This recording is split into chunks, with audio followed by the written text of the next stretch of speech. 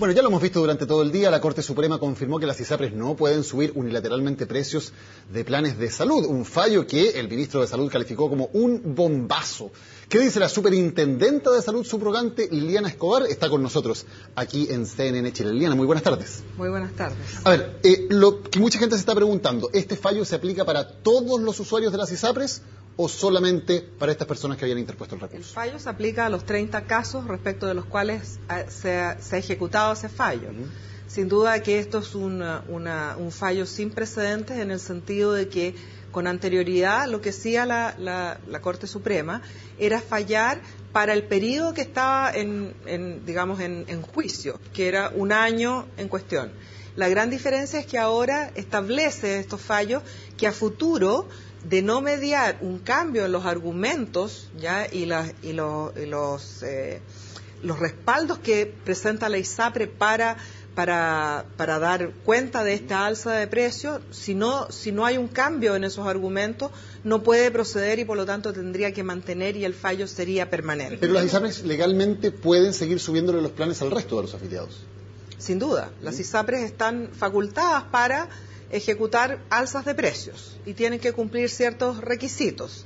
Ahora, estos requisitos son los que la Corte Suprema dice no han sido cumplidos y por lo tanto no ha lugar a la alza de precios. ¿Es un nunca más respecto de estas 30 familias que han presentado un recurso? Sí. Nunca más en el futuro tampoco para ellos. Para ellos, de no mediar que las ISAPRES presenten otros argumentos. ¿Y por qué el ministro de Salud dice, con este fallo la Corte Suprema le dijo a las ISAPRES, nunca más pueden hacer esto? O sea, pareciera como una norma general, porque los argumentos que da además la Corte Suprema podrían aplicarse a cualquiera, o si yo quiero hacer valer esos argumentos tengo que ir a tribunales igual. Lo que pasa es que aquí queda de manifiesto, y lo del bombazo se refiere a que esto es un impulso tremendo para resolver este problema que ha afectado durante tanto tiempo y a tantas personas. Entonces, el gobierno desde el año 2010 ha estado preocupado por resolver esta situación. ¿Un impulso para quién? Un impulso para resolver el problema. ¿Para quién es el impulso? Para todos los que están involucrados y particularmente hoy día el Parlamento, en términos de que mañana se discute en la Cámara de Diputados un proyecto de ley que incluye el Plan Garantizado de Salud. Pero antes de ir a eso, insisto, si a un usuario que no está dentro de los 30 que hicieron el reclamo, si a cualquier usuario le suben el plan, ¿usted como superintendente qué es lo que recomienda? ¿Ir a alegar a la superintendencia o hay que ir a tribunales igual a hacer el trámite? No, sin duda que la persona, hay dos situaciones. Uno podría dividir la población entre dos grupos de personas. Aquellas que tienen la facilidad de movilizarse al interior del sistema ISAPRE, vale decir, si no están de acuerdo con esa alza, pueden buscar una alternativa en otra ISAPRE, porque no tienen preexistencias. Aquellos que tienen preexistencia o que tienen una condición de edad ya que los hace cautivos, lo que denominamos cautivos en el sistema, pueden recurrir a la Superintendencia de Salud, quien, acorde a un indicador que año a año se define, aplica un máximo de incremento para esta población cautiva. Y ese es el camino para esa población. ¿Y cuánto fue el incremento? 2,15. Superintendenta, ¿por qué? El año pasado, perdón, en marzo del año pasado. ¿Por qué estas personas finalmente, siendo que hay una superintendencia, se ven obligadas a recurrir a tribunal y hacer un largo camino hasta la Corte Suprema para lograr que se les resguarden sus derechos constitucionales? ¿La superintendencia aquí ha hecho todo lo que puede hacer legalmente? Porque uno entendería que es la superintendencia el lugar donde uno va y que defiende a los consumidores en estos casos. Sin duda. Y nosotros resolvemos todos los conflictos de todas aquellas personas que recurren a nosotros. Pero nosotros no sabemos quiénes están presentando y si recurren a tribunales, ya es ese nivel el que va a fallar. Está bien, pero uno recurriendo a tribunales logra que le congelen las tarifas del plan. Recurriendo a la superintendencia no consigue eso. Lo que pasa es que nosotros aplicamos las atribuciones que tiene la superintendencia a este respecto. Y nosotros tenemos las atribuciones que acabo de explicar. Y por eso, que para poder resolver este problema, este proyecto de ley que mañana se discute, contiene varios elementos que son de ayuda. Antes de hablar del proyecto de ley nuevo, porque hablemos de la situación presente, después vamos a hablar de lo que va a pasar con la ley nueva. Las alzas actuales que han realizado las ISAPRES en sus planes, ¿tienen justificación desde el punto de vista técnico o no? El indicador que construyó la superintendencia el año 2012 fue de 2,15%. y ese es el indicador que se aplicó a la población cautiva. Perdón, para entender, ¿eso es lo que realmente subió el precio de brindar la atención de salud? El cálculo que permitió, que se estableció en base a los datos que nosotros a nivel de la superintendencia manejamos. Y ese indicador fue efectivo en el sentido de que el año anterior el alza promedio había sido un 6%. Emanado este indicador, presentado a las ISAPRES y presentado a la comunidad, el resultado de eso fue que solamente subieron en un 2,4% respecto del 6% del periodo inmediatamente anterior. Pero más que el 2,15%, que es lo que ustedes dicen que se encarecieron las prestaciones. Claro, pero es un 2,15% y es un 2,4% en el promedio del sistema. Vale decir, lo que nosotros estamos diciendo es que hubo un efecto evidente entre el 6% del año anterior al 2,4%. Perdón, eso fue el promedio es 2,4% lo que subieron. Aquellas ISAPRES que subieron más que ese 2,15% sus planes, ¿tienen justificación técnica para hacerlo? O sea, nosotros no podemos decir si tienen la justificación técnica porque no sabemos qué cartas ha recibido cada una de las personas. Pero lo que sí está establecido en la legislación hoy día vigente es que las ISAPRES tienen además, justamente para limitar esta alza de precios, una banda de precios. O sea, tienen un rango en el cual pueden subir los precios. No puede ser que un plan tenga un incremento de un 200%, sino que aparte de este indicador existe una banda de precios. ¿Y la banda entre qué va?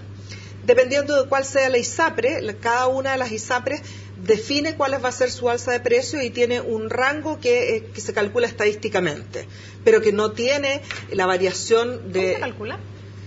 O sea, para hacerlo en simple, no entiendo por qué cada ISAPRE tiene su banda y... No. Cada ISAPRE define qué alza de precios va a tener, ¿ya? Como digo, todas se alinearon bastante cercanamente a este indicador que calculó la superintendencia. Y eso es lo más importante.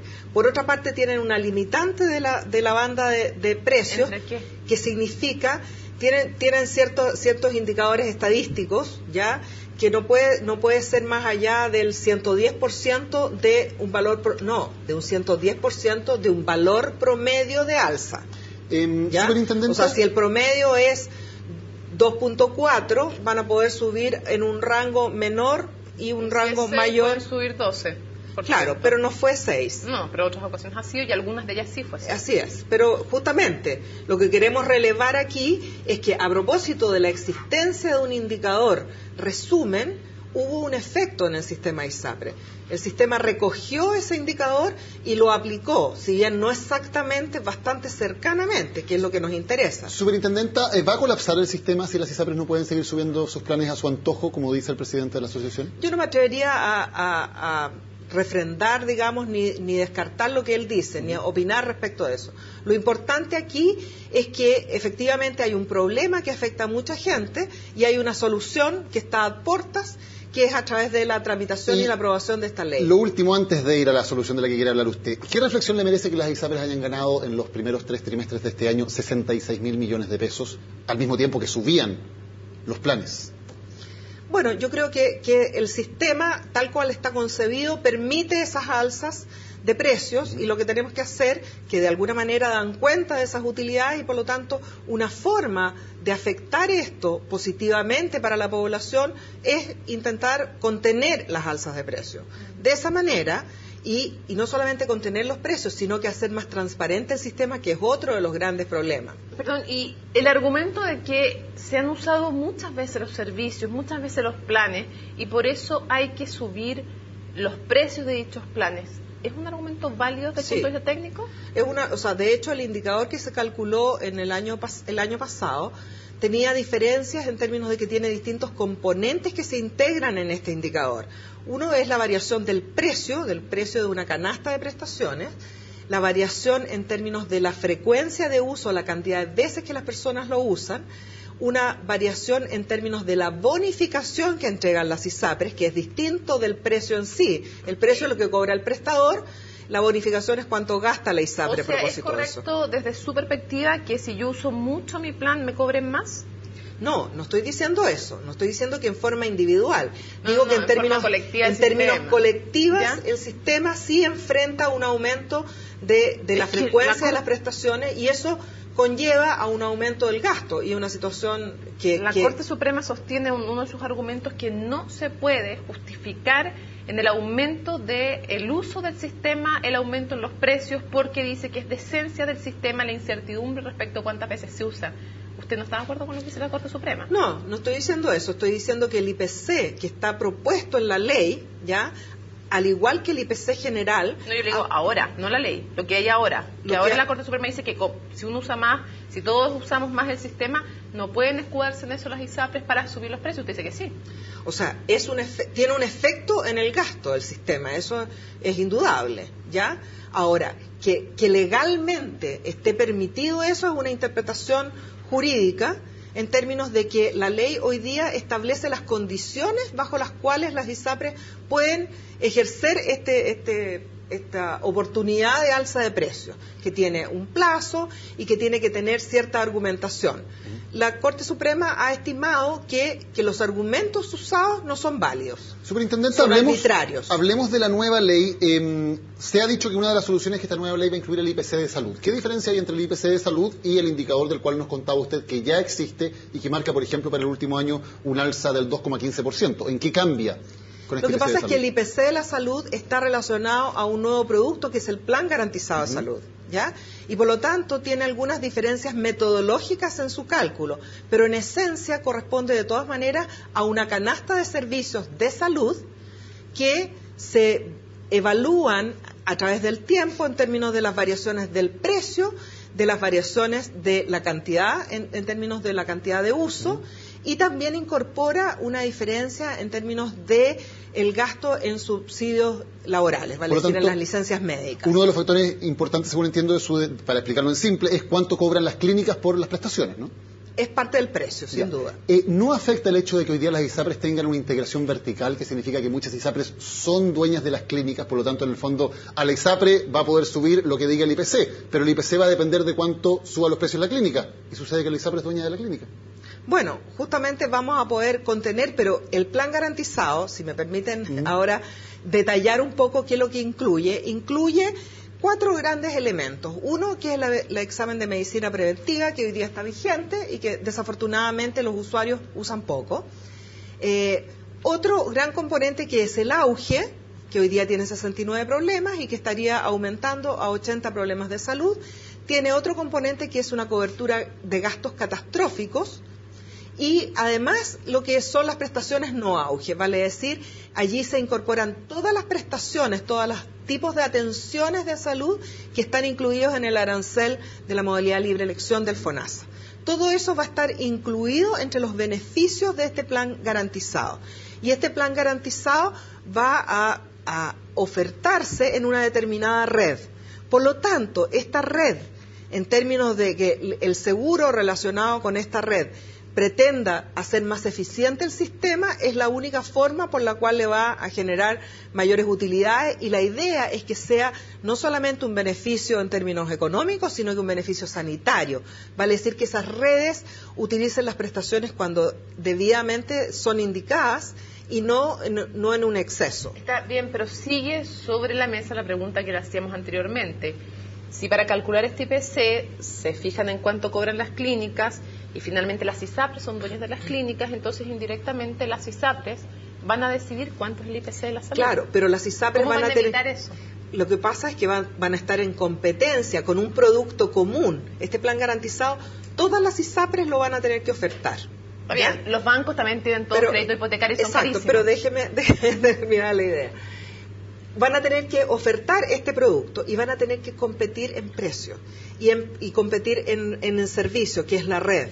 Y por lo tanto, entonces van a tener que hacer todo el esfuerzo posible para que esa red sea lo más eficiente posible y por lo tanto el costo del plan garantizado sea el menor posible. Superintendente, ¿usted cree que ahí hay un mecanismo indirecto de contención de que no le va a servir a la ISAPRE que su red prestadora gaste mucho, ¿Y usted cree, superintendente, Porque que va a ser poco competitiva. en la práctica funciona la libre competencia cuando el mercado de ISAPRES sabemos que está altamente concentrado y que además los usuarios, lamentablemente muchos de ellos, no son libres, como usted mismo lo decía, no son libres para moverse por las ISAPRES?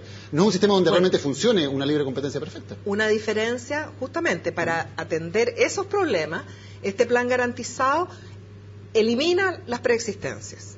Las personas se van a poder cambiar de ISAPRE independiente de las condiciones preexistentes que tengan, independiente de la edad que tengan. Por lo tanto, esa es una ventaja. Además, elimina parte de la asimetría de la información y la poca transparencia que tiene el sistema, porque ahora un cotizante, al momento de elegir con qué ISAPRE me voy, a dónde le compro el plan garantizado, va a tener solo dos elementos de juicio. El plan va a ser idéntico, no los miles de planes que hoy día existen. El plan va a ser idéntico y va a tener dos variables. Una va a ser el precio y la otra va a ser la red. Una sola cosa, independiente de esta ley y de los avances que puede contener, ¿usted está de acuerdo con que una ISAPRE pueda ser dueña de una clínica o más de una clínica, o usted está en contra de la integración vertical? Bueno, la ley... ¿No? ¿Qué piensa usted? La ley establece que no puede haber esa integración vertical. Sin duda se ha buscado caminos de bypass, ¿no es cierto? Y por lo tanto uno ve que los mismos grupos económicos tienen coincidencia en términos de seguro y de clínica. Como todas las cosas, tiene ventajas y desventajas. Una ventaja pudiera estar en la medida que se aplique adecuadamente en este incentivo para contener los costos en términos de la racionalidad médica, no significa de restringir. Yo creo que va a depender de cómo se aplique. Si la presión o el incentivo está en ser competitivos en base a rebajar el costo y el precio finalmente se le pone a este plan garantizado, se debiera buscar la racionalidad y tener una red prestadora que no use en exceso las prestaciones, pero que sí dé una buena atención y efectiva para que la gente recupere la salud. Superintendenta, y si la ley no lo permite, como usted dice, ¿no debería ser la superintendencia la que fiscalizara que esto no ocurriera y que las ISAPRES en la práctica no fueran dueñas de clínicas? Lo que pasa es que la superintendencia tiene ciertas atribuciones. ¿Quién debería fiscalizar entonces que se cumpla la ley? Esto parece la historia del lucro en la universidad, perdóneme. Probablemente a lo mejor hay algunas modificaciones que hacer a esa ley, porque en la práctica se ha vulnerado, ¿ya? El espíritu de la ley es que en estricto rigor no están vulnerando la ley, pero han buscado un mecanismo alternativo. Se parece muchísimo al lucro. Claro. Tal vez en unos años más vamos a escuchar a todos diciendo que no han sido suficientemente fuertes como para fiscalizar este tema. Es que, insisto, la fiscalización se aplica respecto de lo que la ley permite, ¿ya? Y la ley tiene ciertas debilidades, si se quiere, en ese sentido. En que las ISAPRES buscaron, no tenemos herramientas nosotros para esa fiscalización. Perfecto. Ahí tema pendiente entonces para los legisladores. Superintendenta, muchísimas gracias por acompañarnos. Gracias a ustedes. Hasta luego. Hacemos una pausa y ya regresamos.